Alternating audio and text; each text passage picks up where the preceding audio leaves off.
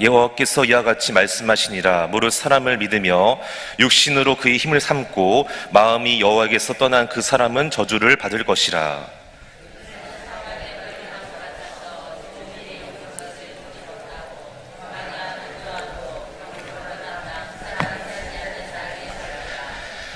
그러나 무릇 여호와를 의지하며 여호와를 의뢰하는 그 사람은 복을 받을 것이라.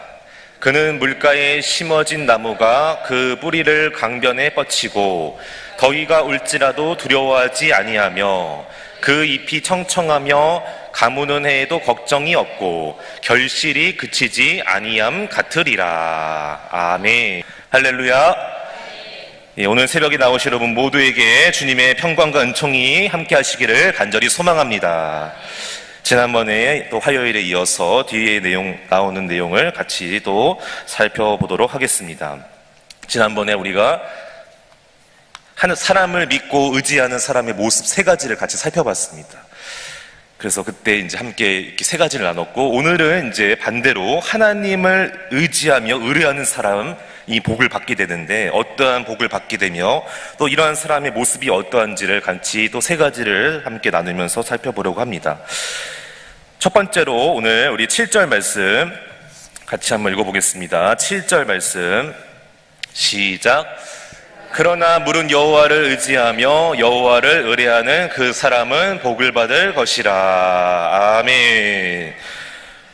우리 지난번에 사람을 그 5절에 본 것처럼 사람을 믿으며 자기 육신의 힘을 삼고 여호와께서 떠난 사람, 그때 그 사람을 믿으며 할 때 어떻게 뭐라고 말씀드렸죠? 아무 사람을 믿는 게 아니라 높은 권력이 있는 돈 많은 사람을 믿는데 어느 정도로? 그냥 단순히 믿는 정도가 아니라 내 인생을 걸 정도로 믿었다, 의지했다. 그래서 제가 그때 마지막에 살짝 언급을 했는데 오늘도 마찬가지입니다. 하나님을 의지하는 게 그냥 뭐 잠깐 일시적인 의지도 아니고 잠깐 그렇게 의지하는 것도 아니고, 여기서 이 의지하다는 몸과 마음과 내 삶의 전부를 걸고, 그런 의미가 있었습니다. 내 인생 전부를 다 걸 정도로 몸과 마음과 내 삶의 전체를 다 의지하는 거예요. 그렇게 되시기를 축복합니다. 예, 그래서 그렇게 의지하고 또 뒤에 나오는 의뢰하다, 이게 이제 확신하다, 신뢰하다인데, 중요한 것은 이 의지하다랑 의뢰하다가 같은 뿌리에서 나왔습니다. 그리고 이 둘은 매우 연결되어 있고 관계가 많습니다. 이 의지하다랑 의뢰하다가 전혀 다른 단어가 아니라 같은 뿌리에서 나온 단어인데 이 두 개는 연결되어 있다. 그래서 찾아봤더니 이게 어떤 말씀이냐면은 의지하게 될 때에 의뢰하는 그 복이 나게 온다는 거예요. 하나님을 전적으로 몸과 마음과 내 삶의 전부를 걸어서 다 의지하게 될 때에 그때 나에게 확신이 다가오게 되고 담대함이, 신뢰가, 평안이 주어지게 된다라는 의미였습니다. 그래서 여기 관련된 책을 보다가 아주 너무 좋은 예화를 하나 찾게 되었는데 한번 들어보시면 좋을 것 같습니다. 예를 들어서 저에게 5살 된 아들이 있지 않습니까? 근데 실제로도 제가 어느 날 이제 하원을 시키려고 유치원에 갔는데 너무 막 이제 피곤하고 그날따라 졸려하는 거예요. 막 이미 눈이 감겼어요. 막 감겨갖고 이제 도저히 같이 손잡고 집까지 걸어갈 수 있는 상황이 아닌 거예요. 이미 너무 이제 막 졸음이 막 쏟아지니까 어떻게 할 수가 없어서. 그럼 어떻게 합니까? 같이 그렇다고 계속 걸어갈 수는 없죠. 다 지금 막 졸아가지고 쓰러지기 일보 직전인데 제가 어떻게 합니까? 안고 가야죠. 제 품에 제가 안고 저희 집에 도착해서 침대 위에 눕힐 때까지 제가 책임지고 안고 가는 거예요. 그런데 만약 가는 도중에 제가 그 전에 아들이 근데 제 품에 안겨서 이렇게 잠들기 전까지 가다 보면 이제 잠드는데 결국에는 제 품에 안겨서 집에 가기 전까지 그런 생각을 할까요? 이 아빠가 혹시 나를 안고 집에 가다가 자기 팔 아프다고, 힘들다고, 허리 아프다고 나를 중간에 바닥에 이렇게 두고 혼자 가진 않겠지? 자기 팔 아프다고 나를 버리고 그냥 내팽겨치고 혼자 가진 않겠지? 그런 걱정을 할까요? 죽어도 안 하죠. 그냥 일도 안 하죠. 그냥 제품이 안기자마자 그냥 스르르 잠드는 거예요. 오늘 그런 이미지의 이 모습이 이 의지하다 의뢰하다였습니다. 하나님께 내 전부를, 마음도 몸도 삶도 전부 다 기대어서 품에 안기어서 평안하게 잠들어 있는 그런 어린 자녀의 모습. 근데 그 자녀가 걱정합니까? 이 아빠가 나를 중간에 자기 팔 아프다고 버리진 않겠지? 내팽겨치고 막 혼자 가진 않겠지? 그런 걱정하지 않습니다. 그런 염려, 두려움 없습니다. 그냥 딱 품에 안기는 순간 너무나 평안하고 잠들어 버리고 집에 와서 누울 때까지도 모르고 있어요. 자기가 왔는지도. 알아서 그냥 하나님이 다 아버지가 집에 데려다 주게 하는 것처럼. 그렇습니다. 여기서 그렇게 의지하게 되면은 온전히 하나님을 의지할 때에 참 확신과 신뢰와 평안이 주어지는 것. 이게 바로 의지하다와 의뢰하다의 관계였습니다. 바라옵기는 저와 여러분 모두가 하나님을 온전히 의지하여서 주님께서 주시는 확신과 평안과 담대함이 넘치게 되시기를 축복합니다. 예, 두 번째로 우리 8절 말씀 같이 읽어보겠습니다. 8절 말씀 시작. 그는 물가에 심어진 나무가 그 뿌리를 강변에 뻗치고 더위가 올지라도 두려워하지 아니하며 그 잎이 청청하며 가무는 해에도 걱정이 없고 결실이 그치지 아니함 같으리라. 아멘. 자, 지난번에는 그 사막의 떨기나무 같아서 이렇게 그런 세 가지의 모습을 봤는데 오늘은 이제 사막의 떨기나무가 아니라 물가에 심어진 나무다, 이렇게 말씀을 해주시고 있습니다. 자, 그렇다면 이게 무슨 의미일까요? 오늘 여기 이 말씀에도 세 가지의 특징이 있는데, 첫 번째로 이 물가에 심어진 나무는 그냥 자연적으로 생긴 나무가 아니라는 것입니다. 어떠한 주인의 손에 의해서 특별한 장소에 심어진 나무다. 여기서 그래서 이 물가는 하나님의 은혜의 생수가 차고 가득 이렇게 흐르는, 은혜의 시냇가가 흐르는 그 물가예요. 거기에 하나님께서 딱 이렇게 당신의 손으로 직접 심으셨다는 거예요. 옮겨서 심으셨다는 거예요. 그래서 이게 무슨 말이냐? 우리 그때 사막의 떨기나무 첫 번째 특징이 뭐였죠? 아무짝에도 쓸모가 없고 도움이 안 되고 하나님의 영광도 가리고 사람들에게도 폐만 끼치고 전혀 도움이 안 되는 쓸모없는 인생이라고 했는데, 오늘 이 물가에 심어진 나무의 첫 번째 특징은 반대예요. 반대. 하나님의 은혜의 생수가 날마다 나에게 공급이 되니까 쓸모없는 인생이 아니라 너무나 이 하나님이 주신 은혜로 말미암아 이 은혜를 주변 사람들에게 전파하는, 나도 은혜 받고 잘 되지만 내 주변에 있는 모든 것들이, 모든 분들, 모든 것들이, 모든 상황이 같이 하나님의 은혜로 잘 되고 모두가 함께 즐거워하는 그러한 모습이었습니다. 그래서 여기 뒤에 보니까 그 뿌리가 강변까지 뻗어나간다. 사막의 떨기나무는 뿌리가 뽑혀서 흔들려서 다 쓰러지고 넘어지는 인생이었는데, 이 물가에 심겨진 나무는 그게 아닙니다. 뿌리가 뽑히는 인생이 아니라 뿌리가 강변 끝까지 뻗어나가는, 내 힘으로?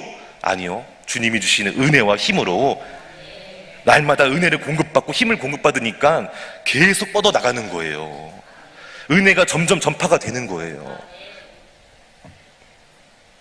바라옵기는 저와 여러분 모두가 사막의 떨기나무 같은 존재가 아니라 물가에 심어진 나무와 같은 하나님 앞에 날마다 은혜 받는 인생 되시기를 간절히 소망합니다. 자, 두 번째 특징은 이제 다시 한번 8절 말씀 보겠습니다. 8절 말씀 시작.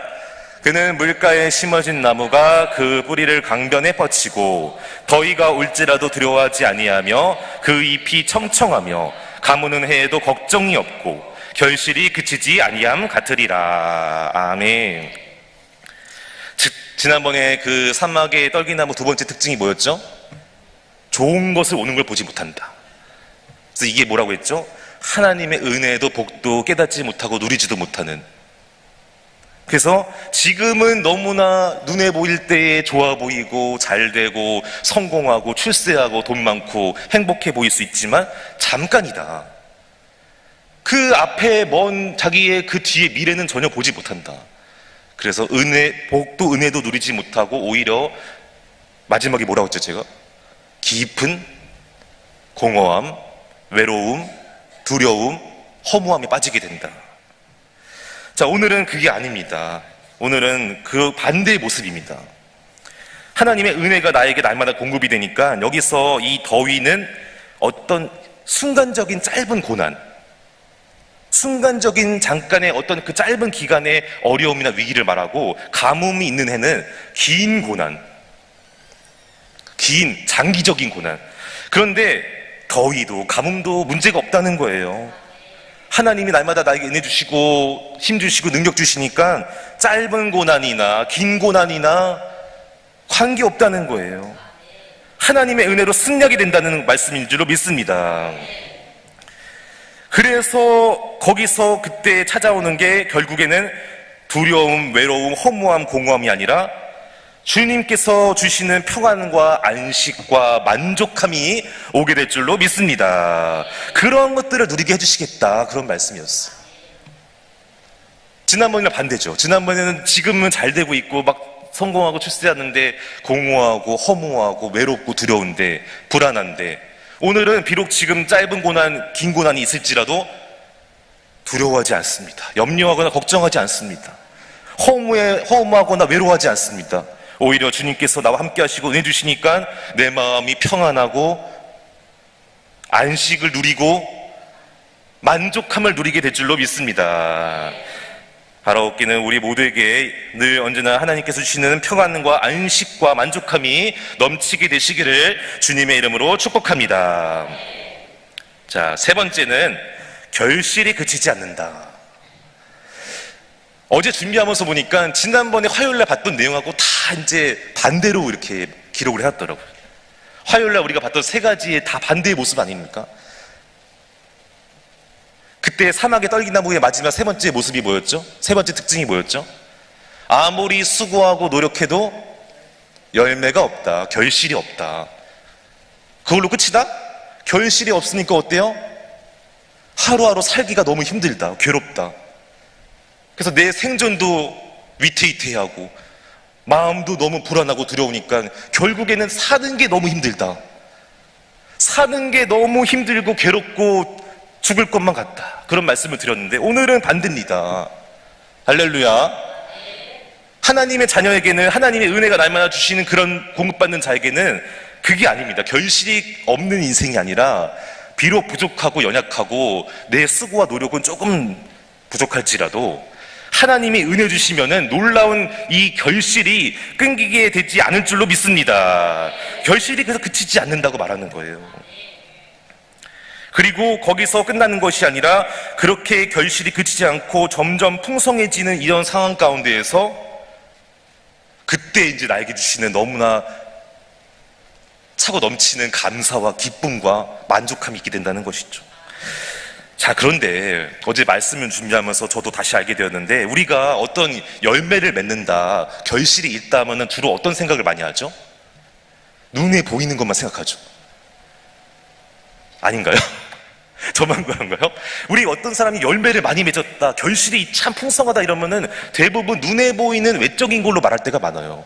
예를 들면은 뭐 물질의 복을 받았거나, 또 뭐 사업장이 점점 번창하거나, 자녀가 갑자기 앞길이 확짝 열리거나, 내 배우자가 직장에서 승진하거나, 뭔가 이렇게 눈에 보이는 조건들이 잘 되고 풀리게 되고 형통하게 되면은 아, 이 사람 참 많은 하나님의 열매 맺는 은혜를 누리는구나, 이렇게 생각하는데, 오늘 이 결실이 그치지 않다에서 이 결실이 한 가지 의미가 더 있었습니다. 바로 눈에 보이는 것만 결실이 그치지 않게 해주겠다는 그 말이 아니라 눈에 보이지 않는 것까지도 결실이 그치지 않게 해주겠다. 눈에 보이지 않는 내 마음속에 있는 모든 것들도 계속해서 열매 맺게 해주겠다. 그러면 그게 뭘까요? 내 마음속에 있는 예수님의 사랑, 내 마음속에 있는 예수님의 평안, 내 마음속에 있는 예수님께서 주시는 참된 안식과 만족, 이게 그냥 하루 며칠 있다가 사라져버리는 게 아니라 계속 끝까지 이어지게 해주겠다는 거예요. 눈에 보이는 것뿐만 아니라 눈에 보이지 않는 것도 결실이 그치지 않게 해주겠다.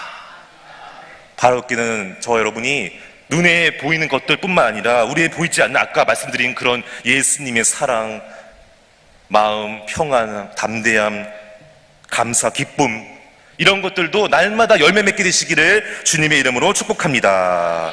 그래서 다 외적인 것, 내적인 것 전부 다 주님 손 안에 있고 하나님께 주시는 것들인데, 건강의 복과 물질의 복도 물론 너무나 중요하지만 이런 것도 누리시면서 동시에 감사와 기쁨과 담대함과 평안의 복도 누리게 되시기를 간절히 소망합니다.